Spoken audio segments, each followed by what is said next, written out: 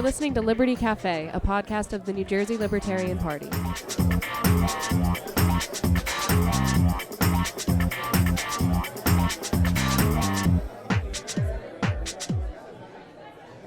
Back again with another episode of Liberty Cafe. This one's a little different. We are live on Zoom again, and I need to figure out how to stop sharing my screen. The window. And there we are. Okay. So we're doing a little bit of a different show. We have some guest speakers with us. We had some speakers set up for our annual convention for the Libertarian Party, and that got canceled because of COVID. So we're going to bring in the speakers in this way instead. Let me start by introducing myself. This is Jay. We have one of our regular co-hosts, Joe Baratelli. And also with us, we have Chris Wright. Chris Wright is an independent liberty activist. He travels in a lot of libertarian circles. Anti-communism is one of the main areas of his focus. He started the Anti-Communism Action Team back in 2013 to counter communist influence here and abroad. The ACAT Speaker Bureau presents at the Heritage Foundation Leadership Institute. It's been on Levine TV and Breitbart. They have a set of speakers that are survivors of communism and subject matter experts on communism and socialism, free of charge anywhere in the world through video conferencing. So Chris, how you doing? Jay, thanks for having us. What I'd like to do is start by telling you a little bit about ACAT, Anti-Communism Action Team. We are an independent grassroots group dedicated to fighting socialism and communism here and abroad. And I'll tell you a little bit about what we're going to do tonight. I'm going to cover in about 10 minutes Socialism 101, give you some definitions, straighten out some confusions. That'll be followed by our main speaker. I'm just the warm-up act. Our main speaker is Darian Diachok, who's with us tonight to talk about the folly of central planning. Then, time permitting, we'll have a Q&A session. So with that, I'll go ahead and get started with Socialism 101. Let me share the screen here for a moment. Host disabled participant screen sharing. Can you enable that for me, Jay? Yep, will do.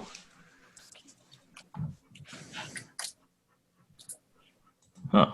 No sharing, Jay. That's socialist. Yeah, that's socialism.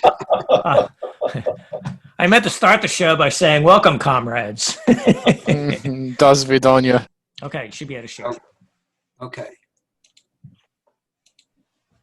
All right. Everybody should be seeing the logo of the Anti-Communism Action Team? Everybody see that? Yep. Yes. Okay. So that's who we are. That's our logo. And I thought I figured out how to, there we go. All right. So we're getting a little ahead of ourselves. So I'll stop the share and go into Socialism 101. Now, I'm going to define some terms. The first term is communism. And that the first accepted use of the term communism is interchangeable with the philosophy of Karl Marx. In 1848, Karl Marx co-wrote the Communist Manifesto, advocating the complete abolition of private property in order to create a classless society. So it's okay to use Marxism and communism interchangeably, but more precisely, communism is the final stage of Marxist theory. Now, according to Marx, there are iron laws of history. You can't do anything about them. So you start with feudalism, that gives way to capitalism, which gives way to socialism. And finally, according to these supposed iron laws of history, you end with communism. Socialism, then, is the second to last stage of Marxist theory. And socialism is, the textbook definition, the common ownership of the means of production. Well, what does that mean, the common ownership of the means of production? It means the nationalization or the government ownership of all land, all property, all businesses, as in the expropriation of the entire oil industry by Hugo Chavez in Venezuela. All factories, all farms belong to the state.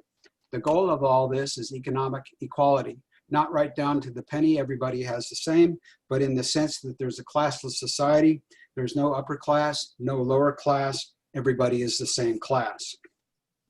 So communism comes after socialism. It is the final stage of Marxist theory. The state is just a superstructure according to Marx, and it rides on top of the economy. and it is how the dominant class enforces its rule. So if there's no dominant class anymore, there's no need for the state, and the state withers away. Ha ha. So he says, that's a nice bedtime story. It's never happened anywhere, and it's not ever going to happen. The world just doesn't work that way. But, and also you cannot name a single communist dictator who ever willingly gave up power. So that's my view of the state withering away. And I've held that view since I first read about it when I was 16 years old. And it's my view has remained stable for the last 50 years. It's fantasy land. There is a second accepted use of the term communism, and these are the totalitarian dictatorships of the 20th century, like the Soviet Union, the Eastern Bloc, and there are 5 self-identified communist countries still in the world today. They are China, Cuba, North Korea, Vietnam, and Laos. So a second accepted use of the term communism are to refer to these currently 5 dictatorships of the left, the totalitarian governments of China, etc. The next term I'll define is democratic socialism. And democratic socialism has actually existed, but it's not stable. It leads to one of 2 places. It either leads to the reintroduction of market forces or it leads to a police state. Democratic socialism has lots of government ownership of the means of production, and it also has a functioning representative government. So where has this existed? It's existed in the United Kingdom after World War II. There was a wave of nationalization. It existed in India after colonial rule was thrown off, and it existed in Israel. They started out their economy with the kibbutzim movement. Now, what happened in the UK? Well, it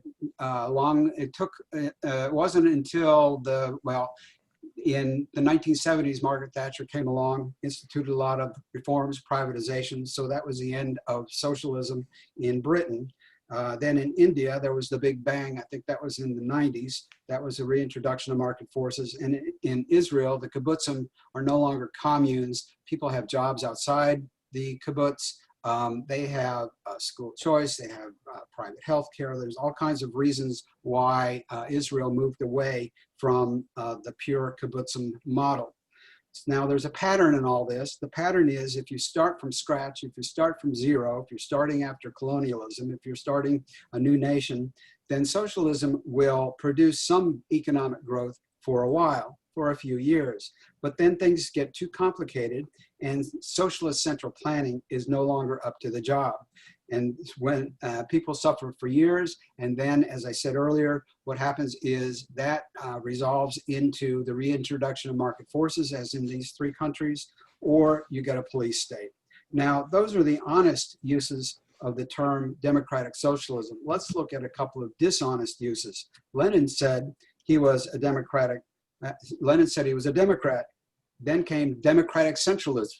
Democratic centralism, this was where he said to his party apparatchiks, he said, well, we'll give you a little bit of discretion in how to do these things, but basically it's our way or the highway, we're going to tell you what to do. And that was followed by the Red Terror. Now, people think of Stalin with the show trials and the purges and all of that as being the time of terror, but Lenin had plenty of terror in his time of rule, plenty of mass executions.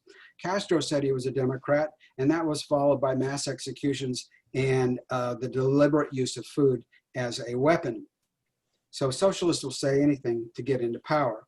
When somebody tells me that they're a democratic socialist, I ask which type of democratic socialist are they? The kind that fails at economics or the kind that succeeds at tyranny? Now, on to confusions. And the first one is Bernie Sanders. He's a great source of confusion. His story keeps changing. He wants to define democratic socialism as a vibrant democracy, whatever that is, and a little more social spending. He gave a speech in 2019 elaborating on what he really wanted, and it really comes down to FDR's second Bill of Rights with free housing, guaranteed vacations, guaranteed jobs, all those sorts of things. Now, what he's trying to do is redefine socialism around the notion of redistribution and make it all warm and fuzzy. And there are others on the left and on the right who would like to redefine socialism around the idea of redistribution. And I'm suggesting to anybody who's on the political right that is to our disadvantage to redefine socialism that way, because by that definition, America is already a socialist country. We've got Medicaid, we've got housing vouchers, we've got trade adjustment assistance, we've got all manner of transfer payments. So by that definition, we're already a socialist country. And so what's wrong with a little more socialism and a little more socialism after that until you have the whole enchilada? So I don't like this business of defining socialism around the notion of redistribution. A second source of confusion is you always hear this thing about how the Scandinavian countries are democratic socialist countries. Well, no, they're not. What they have there is high levels of taxation, like 60 to 80%, and then cradle to grave welfare programs. And the proper term for what they have is social democracy, not democratic socialism. Now, in 2015, I'm going to share the screen again, the Prime Minister of Denmark said, let's see here. He said, I would like to make one thing clear. Denmark is far from a socialist planned economy. Denmark is a market economy. Now, who agrees with me? I'll tell you who agrees with me. The socialists agree with me. There's a hip, stylish online magazine, socialist magazine called Jacobin Magazine. And there they wrote an article agreeing with me that the Scandinavian countries are not democratic socialist countries. They are social democracies. That's what this magazine called them. And then they went on to say, don't you dare call them democratic socialist countries, because there's so much more we socialists want to accomplish there. The capitalists are in control. We want to throw them out. And we want to put the vast majority of productive assets in state hands. There's already some, but not near enough to our liking. So Jacobin Magazine agrees with me that the Scandinavian countries are not democratic socialist countries. A third source of confusion comes from people like Robert Reich, who are out there saying that the police department is socialism, the fire department is socialism, the national parks are socialism, the libraries are socialism, and no, they're not. The police department is not the means of production, the fire department is not the means of production, the national parks is not the means of production, and the libraries are not the means of production. Just because something is public doesn't mean it's socialist. A fourth source of confusion, I'm seeing all kinds of definitions of socialism now, and they all start out by saying something like, well, that's old 19th century socialism. We're not talking about that stuff anymore. So the new definitions I'm seeing in the last few years are things like socialism is the end of racism. It's the end of homophobia, sexism, classism. It is diversity, intersectionality, fairness. Oh, that's funny. It is social justice. It is legalizing marijuana. It is subsidies. Any subsidy given to any assistance to farmers, business, banks, all of that is socialism. And I'm going to suggest to you that none of that is socialism according to the textbook definition of the common ownership of the means of production. And the last one, I heard it a year ago, it's come back, and that is socialism is just being social. Well, let me suggest to you that if socialism just meant being social, then socialist leaders would not be in the game for such small stakes, being social. Okay. So they don't get to change the definition of socialism just to make it all warm and fuzzy and to hoodwink people. And they also say we're not about seizing the means of production anymore. Well, that's a lie. There's just too much evidence. The first bit of evidence is, again, the 21st century socialism of Venezuela. And there, the first thing Chavez did was seize the 57 biggest companies in the country, including the entire oil industry. There are several Jacobin magazine articles talking about seizing the means of production. On the Democratic Socialist of America website, DSA is the largest democratic socialist group in the country. They talk about capital-intensive industries having to be in the hands of the state ownership of banking, energy, steel, things like that. So don't be bamboozled. It's the same old socialism that they've been peddling for centuries, and it's the same old ploy of saying anything to get into power. And with that, that concludes Socialism 101. If there are any questions, I'll be happy to respond to them, but we'll wait for the question and answer period. Now, let's see what we're going to do next. We are going. In the meantime, I would like to point out that everyone should have a Q&A button at the bottom of their bar, even though you guys are not. Most people are attendees, not panelists. You didn't tell me there's going to be drinks here. I brought my own. Yeah, panelists do not. I don't think. Oh, actually, panelists do have access to the Q&A. There's a Q&A thing where attendees, if they have any questions, they can ask there. Later on, I can also promote attendees onto panelists, but we'll do that later after all the speakers are done. So go ahead, Chris. Okay, before I introduce the main speaker, I want to make a couple of announcements. ACAT, Anti-Communism Action Team, we have a free newsletter. Your contact information is never sold or shared, and that's available through our website. Let me pull that up, the website. Where'd it go? Here it is. I'm going to share the screen and show you a page of our website. Okay, and the free newsletter, you can reach us through the contact page, which gives our email address, mail@spiderandthefly.com. And we also have our speakers bureau. We have 2 speakers tonight, myself and Darian, and we have survivors of communism. We have subject matter experts. We've got people who can talk about BLM and Antifa. We've been doing a lot of that lately, and they're all available for free of charge, and anywhere in the world through video conferencing. Now, it has been my privilege. Let me unshare, stop this share. There we go. It's been my privilege these last few years to work with an amazing group of people. They are survivors of communism from Cuba, Vietnam, Czechoslovakia, and elsewhere. They have a very powerful message. Americans better wake up. We've been down the socialist road and we know what's at the end of it. Now I'm going to introduce our main speaker for the evening, Darian Diachok. Darian escaped from Ukraine as an infant. He is an international energy consultant by trade, serving as USAID's energy advisor to Ukraine and Moldova, among other postings. His ongoing mission is to help the countries of the former Soviet Union democratize and overcome their failed communist systems. As a filmmaker, he has made documentaries on the legacy of the Soviet Union and its attempt to modernize. He is a published book author. Let me pull that up. He wrote a book based on the memories of his family members in World War II. Let me share the screen and find that. Where'd it go? Here it is. And there we go. Darian's book is called Escapes. There's an incredible scene in that book where there are Ukrainians fleeing west and Ukrainians fleeing east, and one's fleeing from Hitler, the other's fleeing from Stalin, and both are saying, turn back, turn back. What's you're running from? What we're running from is a whole lot worse than what you're running from. So it's quite the read. Highly recommend it. And with that, now I'm going to turn it over to Darian. Let me stop sharing the screen. Darian will talk to us about the folly of central planning. Darian, take it away.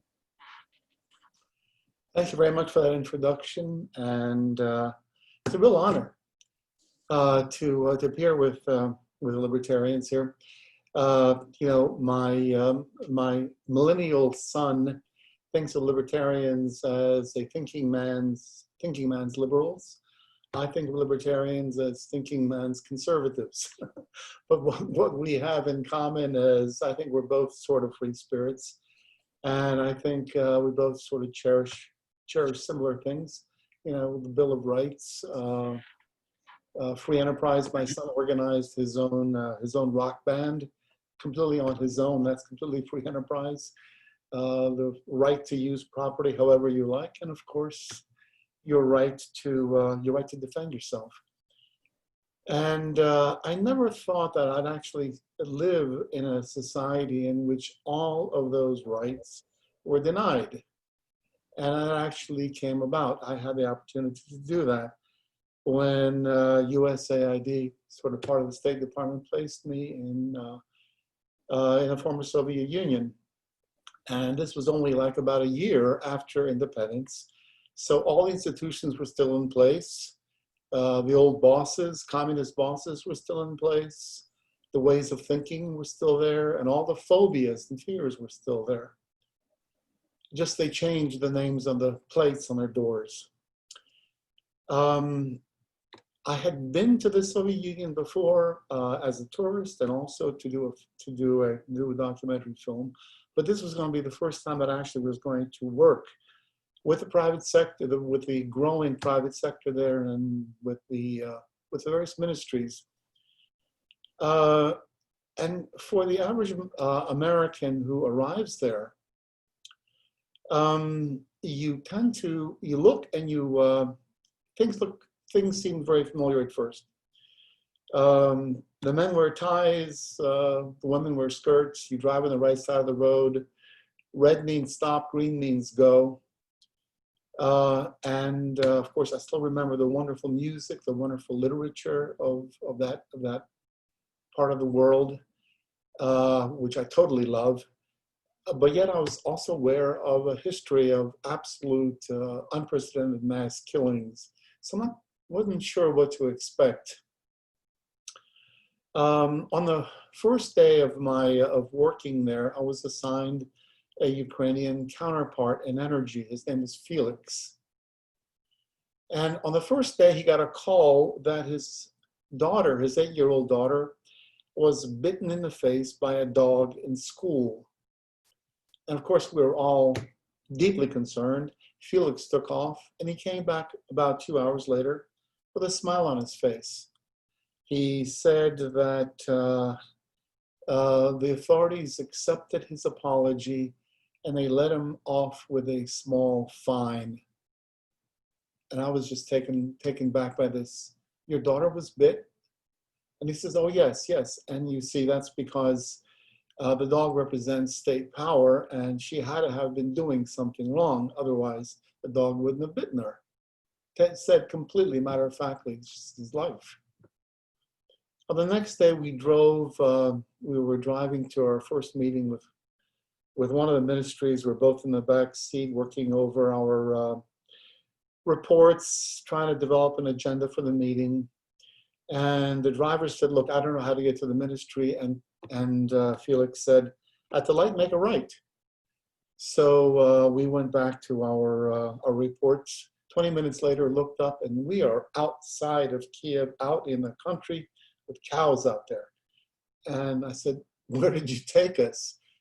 And the driver said, well, you said to go straight after making a right. That's what I did. I said, wow, no one didn't think for himself. When once we started going to various power plants and factories, at least I noticed that they're all surrounded by junkyards. There was just junk everywhere. When the weekend came around, I took my son to buy him a picture book. I wanted him to learn Ukrainian, so we went to a bookstore. He's 8 years old at the time. He immediately ran to a book he liked, picked it up, and the bookkeeper slapped him in the face.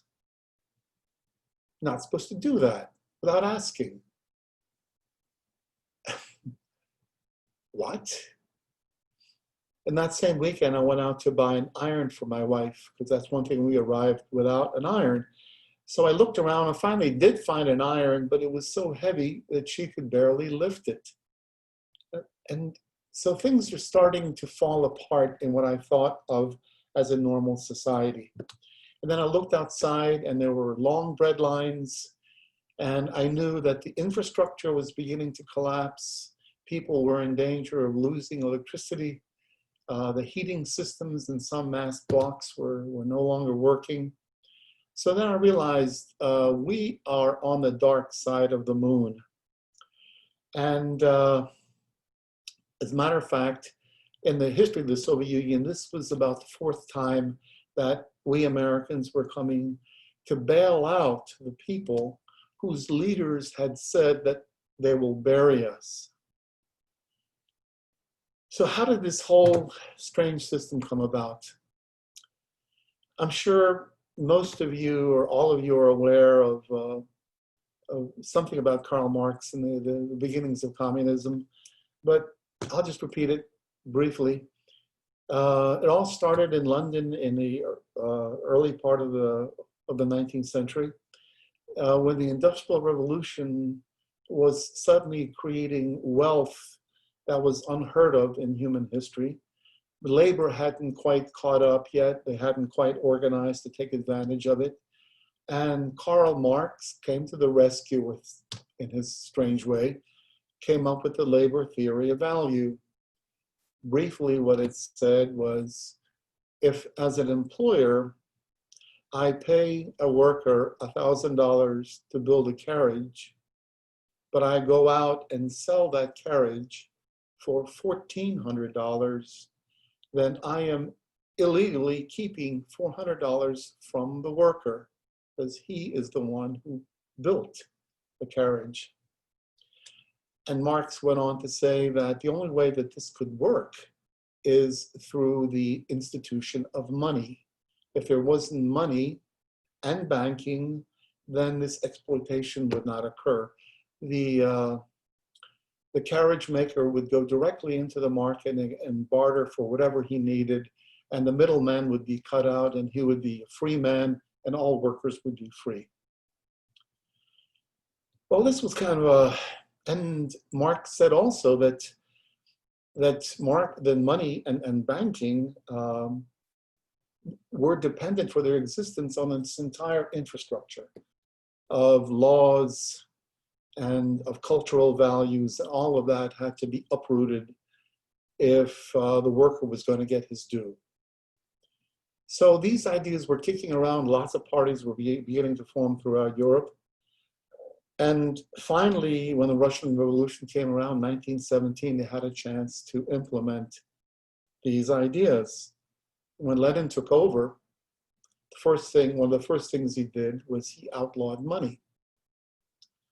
Or at least he went on the path of eventually totally outlawing money, and as well as breaking all the existing trade agreements, all the supply chains, all of that, which he believed were part of the system of exploitation. They went through that from one part of the Soviet Union to the other through 11 time zones. They did this throughout Siberia even. They broke all the existing economic systems that were in place, and they waited. Well, workers' paradise did not come out of that. Instead, what came out was starvation. And instead of alleviating their starvation, they brought in the army to shoot them, because they were determined to make this revolution work. At this point, Lenin thought, well, let's take a couple of steps back, because apparently, as I thought, Lenin said, he thought that destroying the old system was going to be the easy part. And then he realized, after a few years of experience, he thought that the destruction was going to be the hard part, but then he realized, no, the destruction was going to be the easy part. The hard part was going to build the Soviet system to make it work. Well, Lenin died under mysterious circumstances, and Stalin took over. And to rescue the revolution, they went back to something that was tried in the United States. A system called material balances. It was tried in a small town in Indiana, and it was a system where workers worked, and how many hours they worked, they would get certificates for their hours of labor, and then they could use those certificates to take whatever they needed from a storehouse, which was equivalent to their hours of labor. Stalin decided to take the system and to build it from the Baltic Ocean, from the Baltic Sea out to the Sea of Japan, covering the entire Soviet Union. This was like nearly 200 million people, and this was going to cover no less than 10,000 sectors, such as the building sector, such as the chemical sector, such as the tractor building sector, everything. And which was going to cover as well, was going to cover about 25 million products. Well, how do you start with such an enormous undertaking? Well, they took the statisticians from the previous government, from the Tsar's government, who had all the data, and the idea then was to create 3 organizations. One was going to plan the entire new economy. They call that Gosplan, or state planning. The other one, Gossnob, or the state distribution, was going to take all the material, was going to give each factory the materials they need. And State Bank, which is no longer really a bank, but State Bank was going to go to each individual factory and make sure that they were keeping to the state plan. And if they kept to the state plan, they would get labor certificates, which were called rubles. Rubles were not money, they were labor certificates. Now, and economics was totally forbidden. You could not calculate. You are not allowed to calculate profit and loss. You're not allowed to calculate the cost of any operation. Everything had to be what they call material balances, which was you needed this much materials to accomplish this task. You needed this kind of material, this set of materials to produce this product. And what the costs were was ignored. Now, everybody had to be part of the system, because if you weren't part of the system, you did not get labor certificates, and you couldn't trade your labor certificates for food or for whatever else you needed. So what was the motivation behind such a system where it's no longer profit, it's no longer the joy of seeing something of your own initiative come out into the world? No, it was quotas. And the quotas were such that if you made the quotas, you were in good shape. You might get a vacation even to Yalta. If you missed the quota, prison. Or if you really missed it bad, you might get shot. So the system basically completely substituted individual initiative, threw it, because individual initiative of any kind threw the whole system out of whack. You had to stick completely to the plan. So workers became robots, and all human freedoms, the Bill of Rights was eliminated. The individual was boxed in, and the best people, this is amazing, the best people, the people thought, well, we might do it better this way, or why even have this sector when we can do it this way? People who agitated for improvements in the system, they were irritants. They were either got prison sentences or put to death, amazingly. There is and people survived during this period of time, basically through humor. There's a famous joke that came from this era when the Soviet prisons started becoming overfull. Siberia actually at one point had up to 11 million prisoners. The joke is, this man gets sent to Siberia, he goes into a prison cell, there's 3 other people inside the prison cell. And they ask him as soon as he comes in, well, what did you get? He says, 15 years for nothing. He says, you're lying. For nothing, you only get 10 years. And then he asks the other one, well, what did you get? He says, I got 10 years, 15 years because I supported Bukharin. Okay, and what did you get? He says, I got 15 years because I opposed Bukharin. And he asks a third one, and you? He says, I got 15 years because I am Bukharin.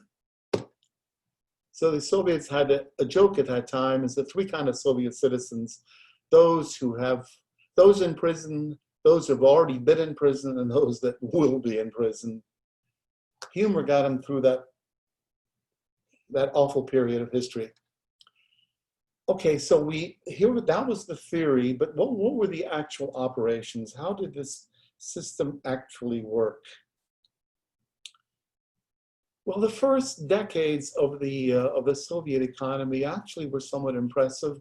The West was worried because there was rapid growth, if you could trust their data.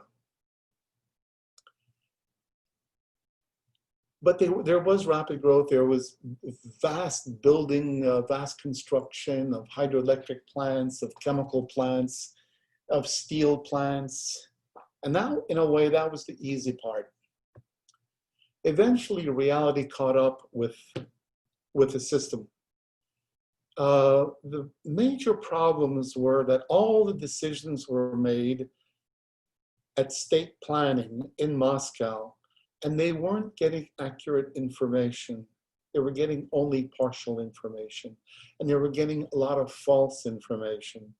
Because if you didn't make your quota, it was dangerous, so everybody made their quotas.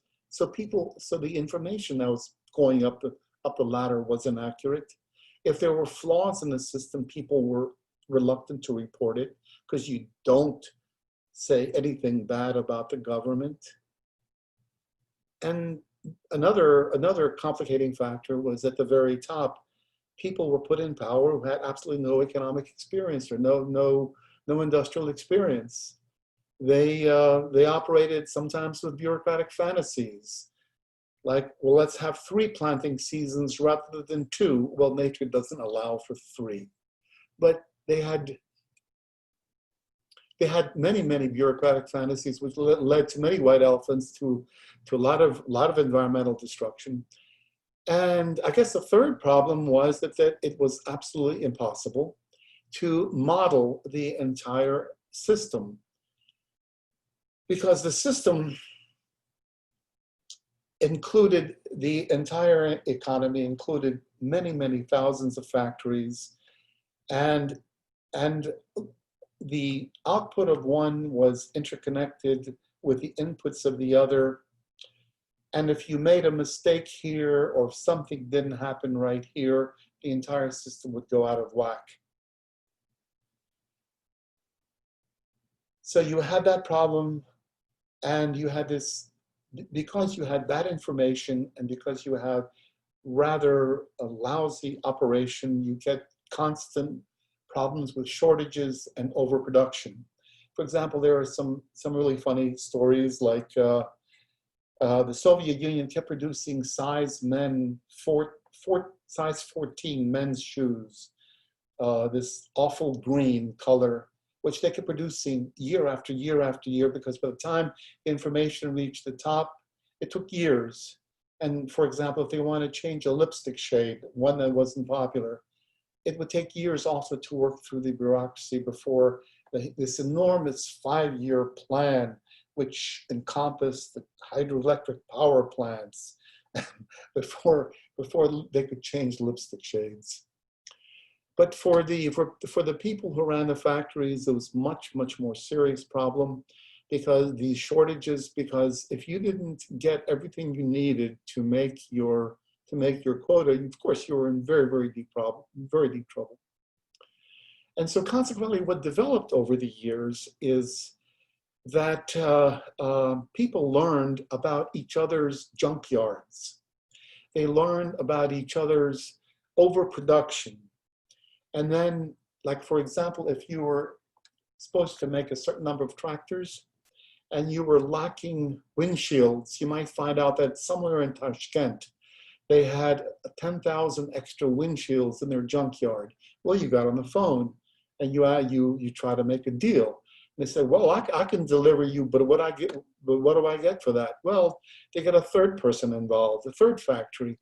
So they started these triangular, sometimes bilateral, illicit exchanges, just in order to make their quotas.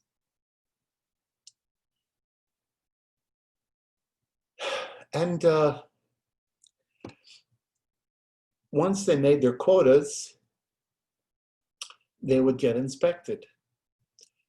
And a whole series of games developed along in this business of trying to make the representatives from the state bank coming to make sure that the factories made their quotas. One of the games, for example, was you never overproduced, because if you did, then the state planners would make you overproduce the second time. So you always tried to come slightly under, because that way you showed good faith, but you needed just a little bit more. You needed more manpower. You needed more material. And so one of the other ways that it became just a crazy numbers game was that most of the output was measured in tonnage. So that if you were making radios, for example, it was not the number of sets that you put out, but the tons of radios. So the easy way to meet your tonnage quotas, of course, was to get extra metal attached to the radios, to weld, which accounts for why my wife why she got an iron that she could barely lift, because that factory made irons, and if they could make their quota by welding pig iron to the bottom of these units. So it became this enormous numbers game. The inspectors would come around, and they were life and death. If they said that you did not make your quota to their liking, you would not get your rubles, your workers could not eat. And so they were open to bribes. And there was a lot of ways that these people could be bribed. And it's because of the bribes, their openness to being bribed, that to this day, people in the Soviet Union look upon bribing as a good thing because it can save their lives. But everybody ran two sets of books, one for the inspectors and one for the reality of how they really operated. The quality of the stuff that came out in this kind of a system was absurd in some ways. People who had worked in the Soviet economy and escaped came back. Their overall evaluation was that about 1/4 of Soviet production was pure junk. 1/4 of it was salvageable if you really got some good people who knew how to work it and improve it. 1/4 was okay, but you had to know how to get it up and running. And the top quarter, the finest, that went to the army and it went to the party. So in this kind of a system where you couldn't count, this also went not only through the military, it went through military goods, and it went through the entire industry. It also went through consumer goods. People were used to shortages, and they became used to hoarding goods so that they could deal with them. For example, if you ran a bookstore and a bestseller came around, well, you kept half of the bestsellers for yourself and only sold half of them. So the other half you would keep hidden somewhere, and you would quietly let people know, hey, I can give you this for a jug of milk. People had to do that just to survive. And when I was there, people were, it got into a negative spiral because the quality just kept going down. The shortages just kept getting worse, get harder and harder to get goods to survive. The lines became longer, and people had to stand in lines basically all day. And so there was no output, there was no labor except for the people who were in Siberia, except for the slave labor. So it just got into a negative spiral. It got to the point where people I talked to would arrive at work, sign in, and then go off and get into lines. And there were so many lines that they would go from one line, let's say for bread, to another line for to say that yes, you do want the washing machine, to another line for whatever and whatever. So people would spend all day in their lines, hold each other's places, and the working day was spent doing that rather than working. There is a joke that comes out of that period. A worker had finally amassed enough money to buy a Soviet car, which was called a Lada. It was the cheapest car they made. And he goes to the car dealer and he says, I've saved up 10,000 rubles to buy a Lada. Dealer says, congratulations. Your car will be delivered in 10 years, January 1st, 1991. And the guy says, thank you very much. Will that car be arriving in the morning or in the afternoon?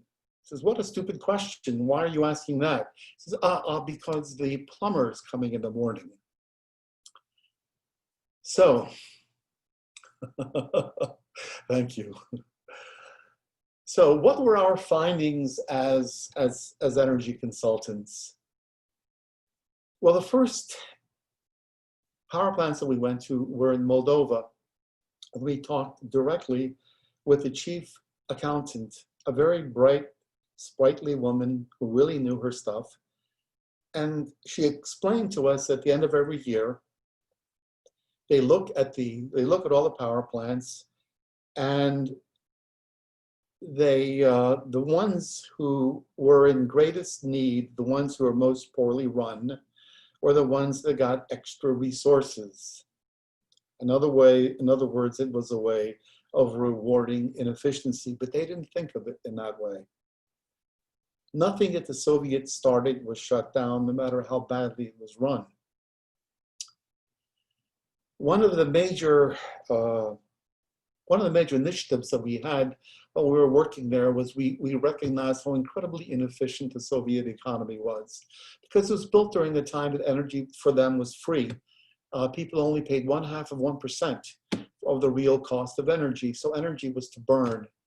Once the Soviet Union became independent, or the countries became independent, they had to pay real energy prices. So energy efficiency was obviously for us at least, was something that we thought would be very, very welcome. Contrary to our expectations, no one wanted it. No one, and matter of fact, they almost ran us out of places. Well, why? Why didn't you want? Because if we reduce the amount of energy than they use, then they will get less energy next year. And the less resources they get, the less, quote, profit they get, because the amount of resources they use, a percentage of it becomes part of their labor certificates, which they can use. So they were still thinking in those terms. They didn't want any energy efficiency whatsoever. We went to the coal mines, which were horrendously inefficient. As a matter of fact, in a lot of places, the coal that came up was 1/2 rock, and that was sent to the power plants to burn. Now, how in the world would they do something like that? Well, they did it by tonnage. They had a quota of a certain amount, certain tons, and there was no quality control. So they made the tonnage, and the tonnage was sent off. We also worked a little bit with the oil and gas people. And we went, it was called the Ministry of Geology, which is where all the data and information was kept on the oil and gas reserves, and they spread out maps for us. We poured over the maps. We saw the oil and gas reserves throughout the country, and they were just simply marked in various colors of pencil. And our engineers asked, well, this oil and this gas here in this region, how much does it cost to extract it? They had absolutely no idea. Said, how about the oil here, the oil in the Carpathian Mountains? That seems very, very far down. You're still extracting it. Yeah, we're still extracting it. Well, how much per ton of oil does it cost to extract it? No one ever asked us that. We have no idea. And then we explained, well, in the United States, we have maps like you do, but we map them according to economically recoverable reserves. And they said, what in the world is that? We never heard that. I said, well, that means that we map our reserves in such a way that we only extract that which is profitable, otherwise we go out of business. That was news to them. They had no idea, because they said the way we do it is we get a quota for oil and gas, and we keep asking for resources, for drills, for more manpower until we get the quota, but we have no idea how much any of it costs. Now, it is clear that the whole economy ran that way. No one knew what the cost of anything was. No inefficient enterprises were ever shut down. 100% employment, and no one knew the cost of anything. Benefit cost analysis were not allowed by communist ideology. They were heading towards a cliff of bankruptcy. And for the last 10 or 15 years, they were kept alive artificially by selling oil and gas abroad and buying even bread, even food. If you can imagine, Europe's breadbasket, Ukraine, had to import wheat. Now, what was it like to work with people who went through that system? Well, I hired a whole team of young ex-Soviets. They were very good engineers. They really knew their stuff, I'd say, as well or better than our American counterparts. But they had no conception of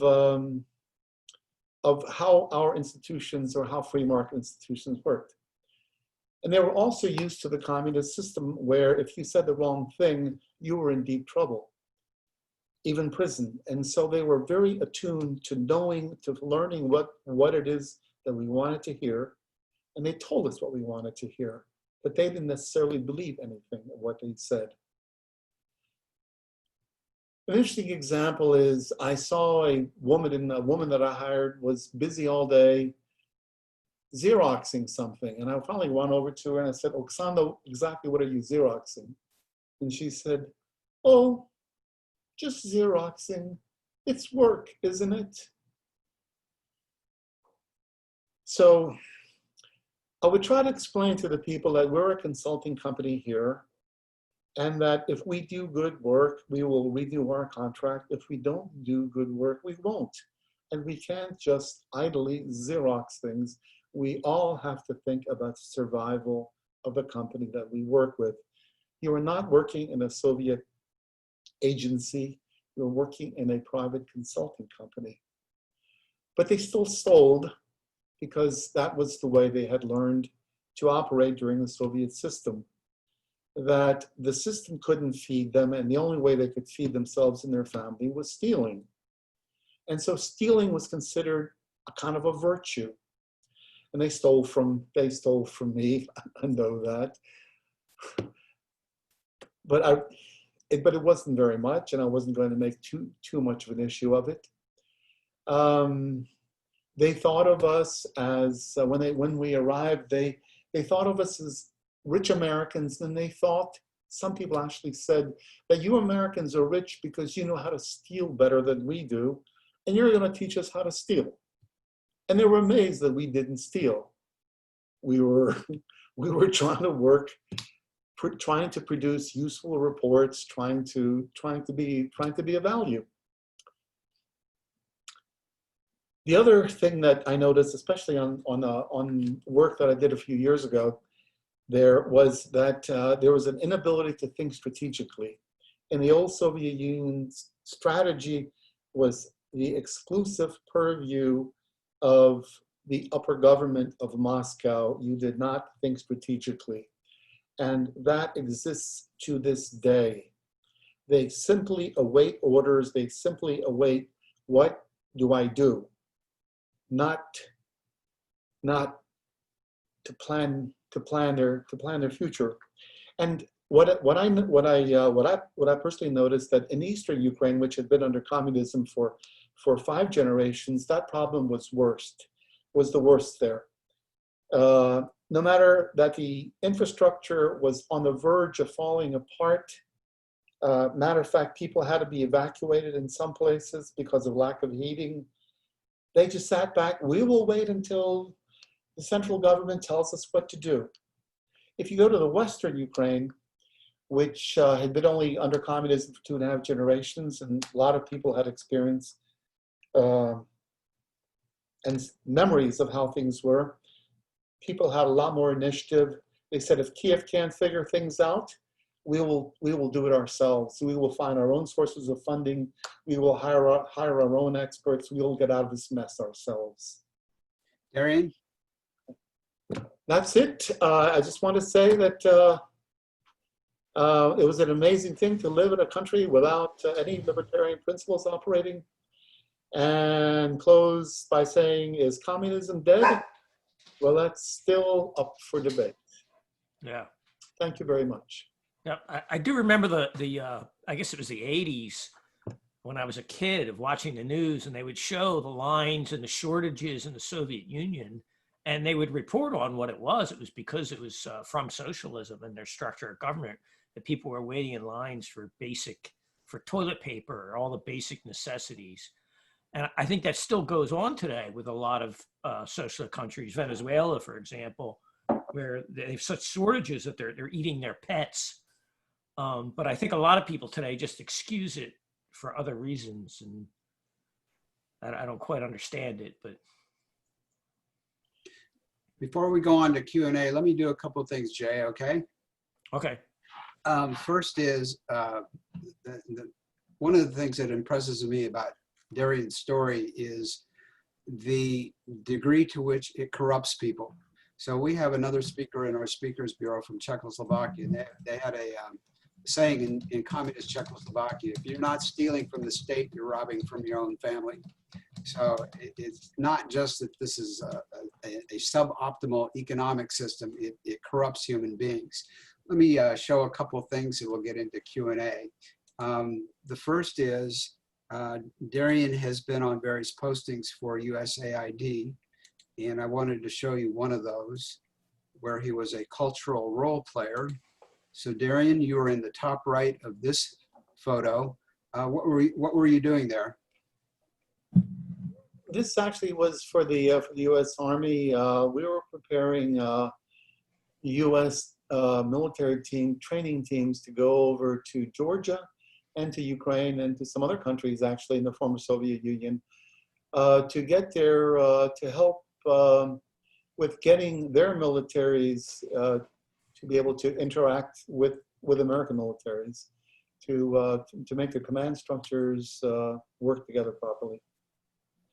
Okay, the other thing I wanted to do before Q&A is go back to the website for a moment, Spider and the Fly. And on this page, you can, there are a couple of handouts. We have a flyer, we have a handout, Why We Fight. We have a handout, The Kids Want Socialism, even if they don't know what it is, How to Fight Socialism, and then a list of resources. And again, we have a free newsletter. You can get that by mailing us at mail@spiderandthefly.com with hyphens between the words. mail@spiderandthefly.com. So with that, Jay, we'll turn it back to you, or we can go on now to Q&A. okay. If anyone has any questions, they can raise their hands. I only see one question in the chat, and it's a long one. So let me put on my glasses so I can see. Yeah, you want to start off? What's that? I said that's a good one to start with. It's an interesting question. Yeah. So it's it's from Vic Kaplan. The Communist Manifesto identifies 10 planks that would indicate a communist government. Does the fact that a number of these planks have been adopted by our government indicate the influence of the communist and the socialist movements of the first half of the 1900s? Or does it indicate the lasting influence of Alexander Hamilton and his descendants, the Whigs, and the American system, as well as one of the American system's fans, Abraham Lincoln's and his descendants, or multiple groups? He says he's aware that Abraham Lincoln and Karl Marx did exchange letters at one point because both men shared some ideas. However, he wonders that these different movements at some level were linked to both having an impact on our current laws. It's a mouthful. Yeah. Any thoughts, Darian? I have a couple of thoughts. Please go ahead. Okay. the fact that some communist goals have been met in this country, I think it was 1963, there was a lawmaker who put in the congressional record the list of communist goals. And this goes around in the circles I'm in, goes around on listservs and email chains from time to time. How many of those goals have already been met? So I'm inclined to say that this is all the result of careful planning and execution by the American left. They've been at it for 200 years. If you read a great book, it's one of the best books I've ever read. It's called A Conservative History of the American Left by, what was the guy's name? Daniel Flynn. Trying to remember the name. But anyway, in that book, he shows you how they've been strategizing and executing for a couple of hundred years. Then when Marx comes along with the 1848 Communist Manifesto, then that made everything much more formal and out in the open. And so I'm inclined to say that it's coming from that source. Now, Alexander Hamilton and Abraham Lincoln, I don't have a lot of information about. I just remember Alexander Hamilton as favoring a stronger central government than the other founders, but I don't know how you twist that into the abolition of private property and the other goals that are set out in the Communist Manifesto. I just don't know how you get there. Darian, any other thoughts? Well, I know that Alexander Hamilton and Thomas Jefferson were very much at loggerheads. Alexander Hamilton was very much of an industrialist and believed very much in banking, and Thomas Jefferson wanted to have much more of a rural society. So I think Alexander Hamilton would be very much, I would say he would be an example of what was going on, a proponent perhaps of what was going on in England with the Industrial Revolution. I think you might even call him the father in some ways of the Industrial Revolution in the United States. You might make a stronger case with Thomas Jefferson than you would with Alexander Hamilton as being someone who would favor some communist planks in his platform. Okay, I saw that Jim T, looks like it's Jim Tassone since I can now see his video, had his hand raised. So I promoted him to a panelist. Jim, you had a question? Yes, I did. First of all, thank you for sharing your experiences with us, Darian. Very much appreciated. My question is, are you or have you given this kind of talk to millennials, to groups where the Soviet Union is really just history, not something like us boomers that they actually lived through?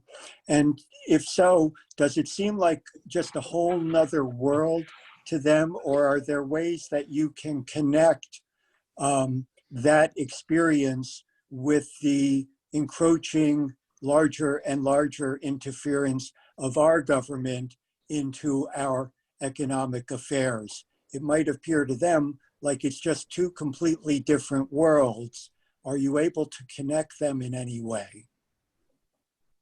That is really, that is an excellent question, the question which concerns me perhaps more than any other right now. Because according to one poll or one study, 60% of millennials think that socialism is preferable to free enterprise. But on the other hand, if you ask them what they mean by socialism, they really can't give you a coherent answer. But that doesn't matter because if they are for socialism, then they will vote for the people who are real socialists. Even if they can't define it, they've already been influenced to thinking that socialism is a great idea, even though they don't know what it is. So it's a dangerous situation, I think. I did have the opportunity a couple of times. I give periodic lectures at George Mason University and they're always millennials. And what I discovered there is that you got to get personal with them in a way. I mean, not you sort of communicate with them on a one. It's sort of like almost like you're having a beer together. If you come across as a professor, then they tune out. But if you engage them while you're talking, like if you had this experience, does this make sense to you? What do you think they did next? How would you act in this situation? If you get them engaged, then you can, my experience has been that they do learn, that lights get turned on. And that experience I got through a lot of trial and error. It was like snappy presentations with a lot of neat graphics, turns them off. You got to sit there, take a chair, sit down backwards on the chair, face them, talk to them, move around, and just get involved. Because then that idea of socialism is such a wonderful idea. If you break it down, you need about 2 hours, which is what I need. Break it down in a non-threatening way. Just make them realize what it is, and that seems to work. Let me add a couple things. Darian presented to the Heritage Foundation interns a year ago last summer. That was a young group. Also, ACAT has presented to college groups, Young Americans for Liberty groups in Georgia and California. So we're looking for every opportunity we can to reach younger people with this message. The other thing I wanted to say is, yes, socialism polls well among young people, but free markets actually polls better. So that goes to Darian's point, my point of the one of our handouts. The kids want socialism, even if they don't know what it is. They clearly don't understand what this is all about. So There's Now we say they don't understand socialism, but they really don't understand how free markets work. That's a good. no, they don't. No, they don't. Or what a free market even looks like. okay, well then let me challenge you. Whose fault is that? What have we done wrong? Public schools. That's the short answer. The government's never going to tell kids that that they don't have the right answer, and we've created a hotbed for a conflict of interest, right? If we have government schools, we have government. Well, in my opinion, we have government teaching kids that government always has the answer, and free markets really don't exist well when there's manipulation by that power. So I think it's in their interest to tell people that it's good business for them to market themselves that way, and they have a captive audience for at least 12 years. And now with all the federal money and state money that goes into colleges, they now have a longer influence on kids. It's like if you sent your children to a school run by McDonald's and Nike, they're going to come out buying McDonald's food and Nike shoes, and that's going to be the answer for them. I think there's a huge conflict of interest there, but I'm sorry, I'm not a speaker. Well, that was great. And let me give But you asked what we did wrong, so I thought I'd give you my take. Sorry. Let me give you an example that goes right to that point. I was reviewing some curriculum for, I guess they were middle schoolers, and it was a class exercise. Everything's teams now. So these were teams, no individual achievement. It was all teams. But the team was supposed to be. Sounds like the Ayn Rand book where they ban I. The team was given an assignment. The assignment was, your team is supposed to figure out how to get a government grant. The team was not given the assignment, design an innovative product and figure out how to market it. It was how to get a government grant. My jaw just dropped when I saw it. And that's what's going on in the schools now. There's two arguments that I'm seeing people use as to why socialism will work this time and why we really need certain aspects of it. And I think you guys spoke to the point where I don't think most, where you believe that most people don't really understand the real definition of socialism and all that implies. But one of them is there's this belief that I've seen floated here and there that technology is going to make socialism work, right? Because all the central planning that governments couldn't do in Russia, now that we have all these computers and Amazon can figure out what you want to buy before you want to buy it, that can make it work. What do you say to that? Well, I'm glad you asked that question, because Darian just published an article on our website, groundbreaking article on that direct question. Could artificial intelligence make central planning work? Darian, what was your conclusion? It will enable the system to go bankrupt a lot more efficiently. Why is that? The reason is because at the very center of artificial intelligence is the equivalent of a set of values, which they call the ontology of the computer program. The ontology is the set of principles that reacts to certain situations, makes certain kinds of decisions, includes certain kinds of information, excludes other kinds of information. If you take the Marxist approach to the economy, the Marxist approach does not allow for profit and loss. It does not allow for including cost. It is purely on a materials basis. And if you implement that system, yes, it will be much quicker, but you will just simply, just like the Soviet Union destroyed the environment irreparably and almost irreparably, like around the Aral Sea and places in Kazakhstan and the water and et cetera, the rivers, you will just reach that point a lot faster. There are a series, I'd say, if you look at the article, there are a series of issues which the Soviet system has had periodically. Bad information, various kinds of decisions that need to be made for the Soviet system to work, and about 7 of them cannot be included because they violate Marxist principles. I have a couple of things to add to that. The first is the gentleman said that, can't read my own notes, that we just need to do it right. Everybody's been doing socialism wrong, so we'll do it right the next time. Well, there's a couple of things wrong with that. The first is it's already been tried about 48 times, about 4 dozen times. How many more times do you need? And every batch of socialists has the same hubris. Remember the Obama people? They came in 2008 and they said, we are the ones we've been waiting for.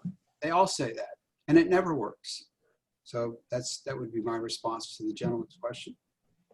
Jay? There's also, Dan, sorry, there's also an issue within artificial intelligence, which has to do with the multiplicity of different ways of doing similar things. Like if you have 10 tasks that you have to perform, there are many different orders in which you could perform those tasks. And if you start multiplying those different kinds of probabilities, you eventually reach infinity.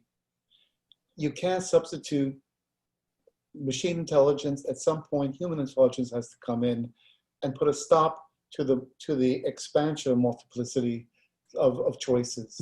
So that is one of the, and the Chinese, who are really big into artificial intelligence, don't make any attempts to try to run their government or their system with artificial intelligence.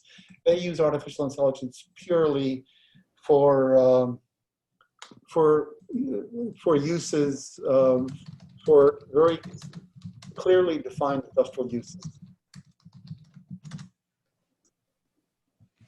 Okay. So Dan had typed a question. Dan, you want me to read it, or do you want to come on? No, I can go ahead and Okay, speak it go out. ahead. Because the conversation since I asked the question has changed the frame of reference. Specifically in New Jersey, and you can see in my title there that I'm the chair for the party. And thank you very much, gentlemen, for coming on and giving us your wisdom and your knowledge and your experience. We have a bad habit in New Jersey, at least our government does, of providing public bids that all seem to miraculously come back with 3 or 4 bids that are all the exact same price, no matter what the bid is for.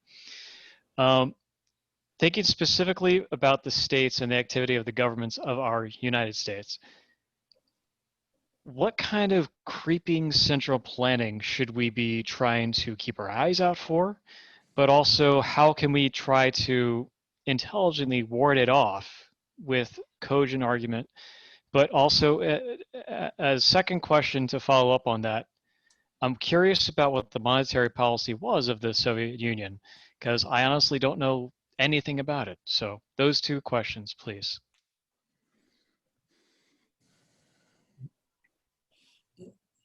I think with regard to the monetary policy of the Soviet Union, that is one of the hottest. Believe it or not, the Soviet Union is not really that well understood yet. A lot of their decision-making processes were kept in secret. Their use of foreign exchange was very much kept in secret. And they didn't really have money as such. They had coupons. They had labor coupons. It wasn't really currency. So it's kind of a complex question. The central bank of the Soviet Union was not supposed to. It didn't have a monetary policy as such, like the central, like you find in Western countries.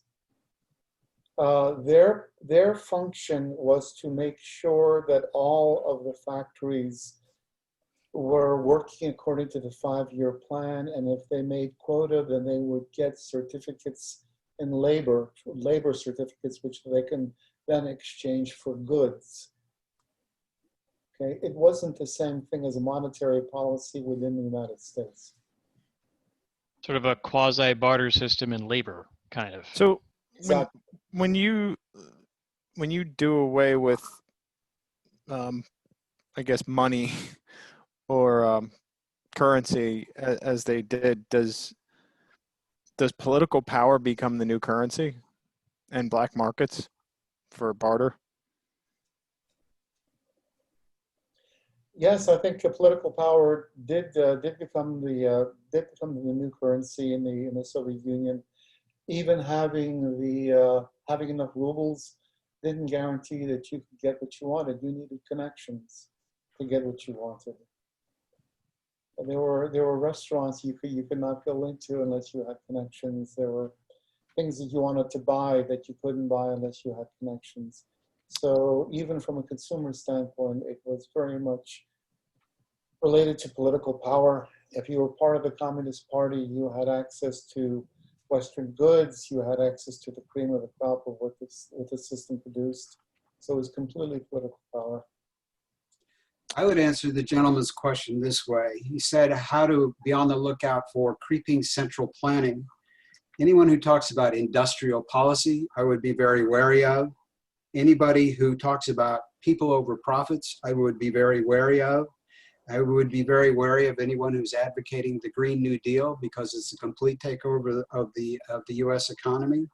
Biden himself talks again in Obama terms about transforming everything. I would be very suspicious of that. And Biden also, I don't know if you all remember, but he was in charge of all that green energy subsidy program and loans that lost billions of dollars in the Obama administration. And they started out by saying, oh, we're going to do it right this time. We're going to have all kinds of planning, and we're going to have all kinds of safeguards. And then you can see the results. And what's Biden talking about this time around? He's talking about the same kind of thing, the same program, the same green energy subsidies. Biden is out to make Solyndra great again. So I'd be very worried about all of that. And in terms of the system getting politicized, I mean, that the green energy subsidy debacle of the Obama era, that's a perfect example of what happens when you mix political power into economic decisions. It's disastrous. My last response would be, you guys in New Jersey are pikers when it comes to corruption. I was raised in Illinois. In my lifetime, 4 governors of Illinois have gone to jail. The joke in Illinois is, it's Illinois, where the governors make the license plates. We should only be so lucky. Yeah. You I think no, sorry, Roger.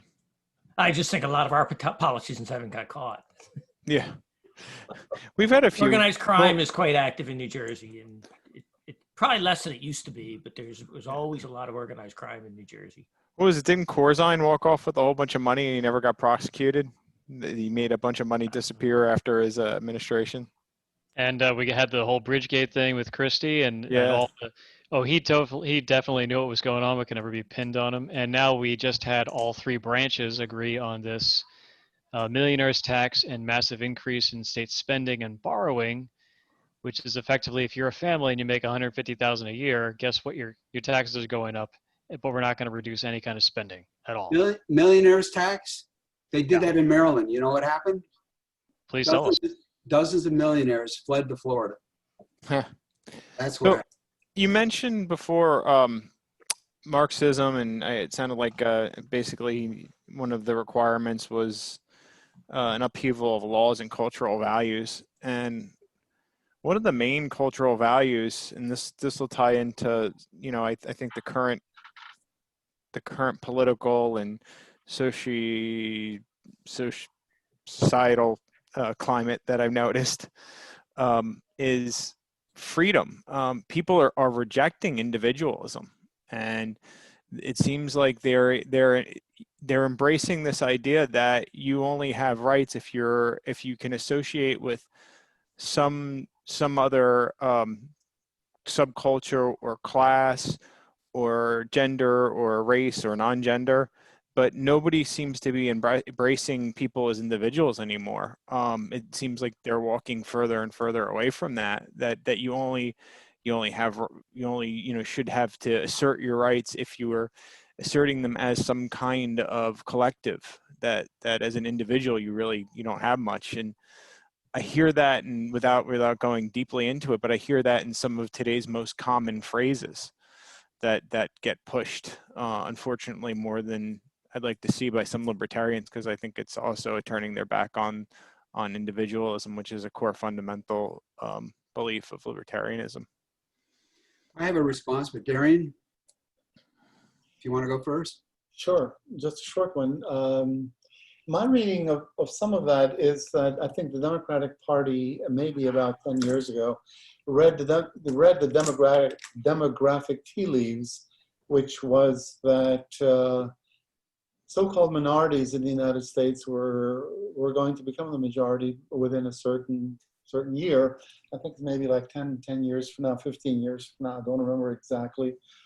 But then I think it was a power move. It's, if we can get all the minorities on our side, then we get political power. And I think they made the calculation that if we set the minorities against the current majority, which is Caucasians, then if we set this this identity politics in motion, and we can get all the minorities on our side. I think it was very much of a devil's bargain. And I think it's very much operating right now. It seems very divide and conquer, then, is what you're saying. But it seems like a lot of people made it really easy for them to do that, because there were a lot of minority groups through the drug war that were downtrodden. I remember in my lifetime where gay people couldn't do the job I'm in because it would be illegal, that gay people were downtrodden, and it enabled that. Yeah, but look at the war on drugs and the current situation we have with BLM. I mean, if you look at the book Rise of the Warrior Cop, Joe Biden is at the forefront of that. He caused a lot of this, and he's a Democrat, and it's like, and then he's saying, "I'm going to save you." So it seems like they're playing them. They're playing them for all their worth. He was also against gay rights. He voted for the Defense of Marriage Act, and then bragged about it years later. I want all men to be defended from marriage. Well, there's an old joke. Marriage is a fine institution, but I don't want to live in an institution. As a happily married man, I disagree. It's only because you don't have a choice. Give it time. Okay, so you're quite right. Okay, we'll move. You're quite right to point out that we've got an emphasis now on special rights for groups as opposed to individualism. And again, I come back to the point that the political right has done a very poor job of defending individualism. And one tool to defend individualism Cato has a collection of essays on individualism. I forget the title of it, but you could easily find it on their website. But the point, the tool that really drives home the point for me is Ayn Rand's We the Living. And it's all about growing up in Leninist Russia. It was autobiographical. And there's a character in the book, I'm not going to tell you what happens, but I will tell you that the collectivist is brought face to face with the pain of something that happened, but it happened to him because he was an individual. So We the Living by Ayn Rand, the climactic scene in there really drove home the point to me about collectivism versus individualism.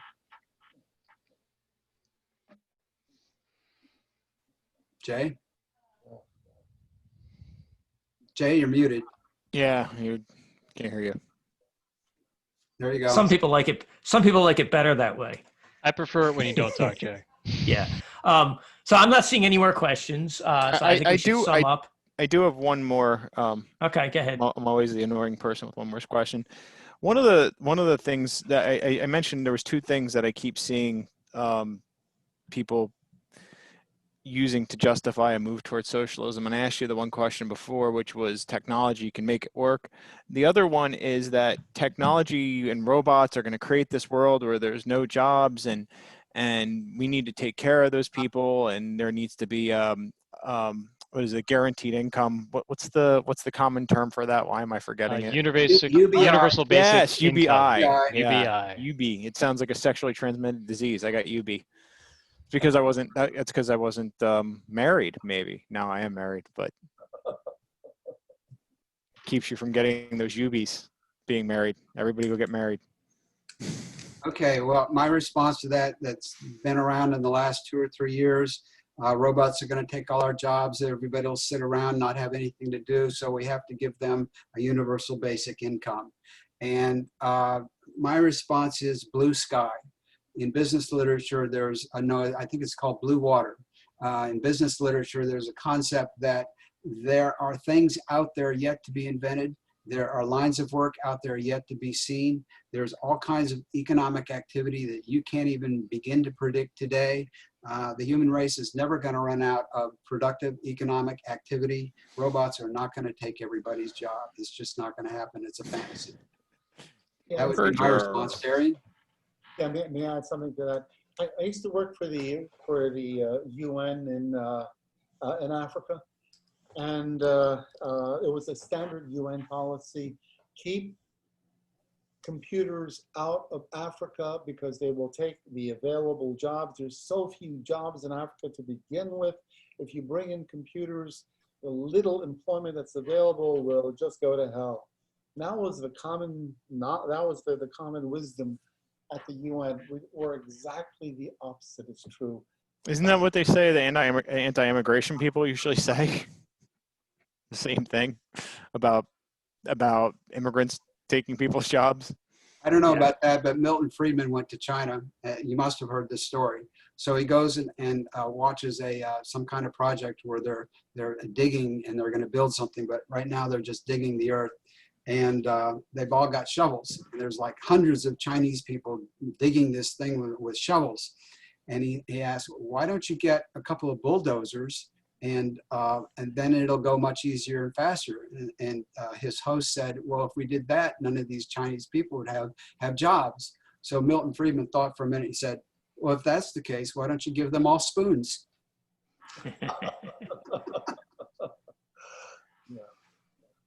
Makes sense.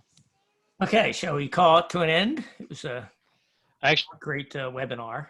I have a follow-up, which is not nearly as lighthearted, but the Jay, if you don't mind, I have something to kick off of that, which Chris was just talking about. Hopefully my internet will remain stable. It's not nearly as lighthearted, but when the Autobahn was being created, it was originally created before Hitler rose to power during the Weimar Republic, and then was completed, or at least work was being done on it by the Third Reich at the time. And it was done mostly as sort of a pseudo prison systems, pseudo works project kind of mixed thing. And at the time, the Nazis had this a glorification of manual labor and how great it was to get out there and work with your hands. And there's reams and upon reams of literature of people that were forced to work on the Autobahn, writing to the Fuhrer because they thought that this is the great man who's controlling our economy and how we do things. Fuhrer, you can't know just how horrible it is. We're building this magnificent highway with picks in our hands and small trowels. And the concept was to get as many hands working as possible, so there was no surplus labor.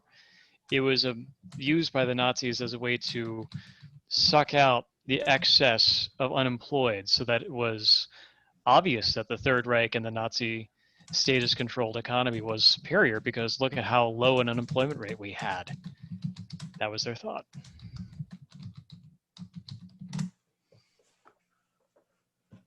Okay, does anybody have anything else? I'm sure this topic we could go on and on about, and there's all kinds of branches of this, like talking about what the free market is and the advantages of the free market. And maybe at some point we'll do a show actually, instead of concentrating on socialism, actually talk about the free market and how it works and how the checks and balances and how free market is very well regulated in ways that people don't realize without the heavy hand of government. That would be another interesting topic we could probably go on and on about, but we don't really have time for that now. So shall we call this show to an end? Hell yeah, live free or die. Yeah. Jay, I'd like to thanks very thank much for everyone. having us. Yep, no problem. Thanks for attending, and I appreciate it. I appreciate it. You gotta live free or die for mouse and balls and participate. Rock and roll.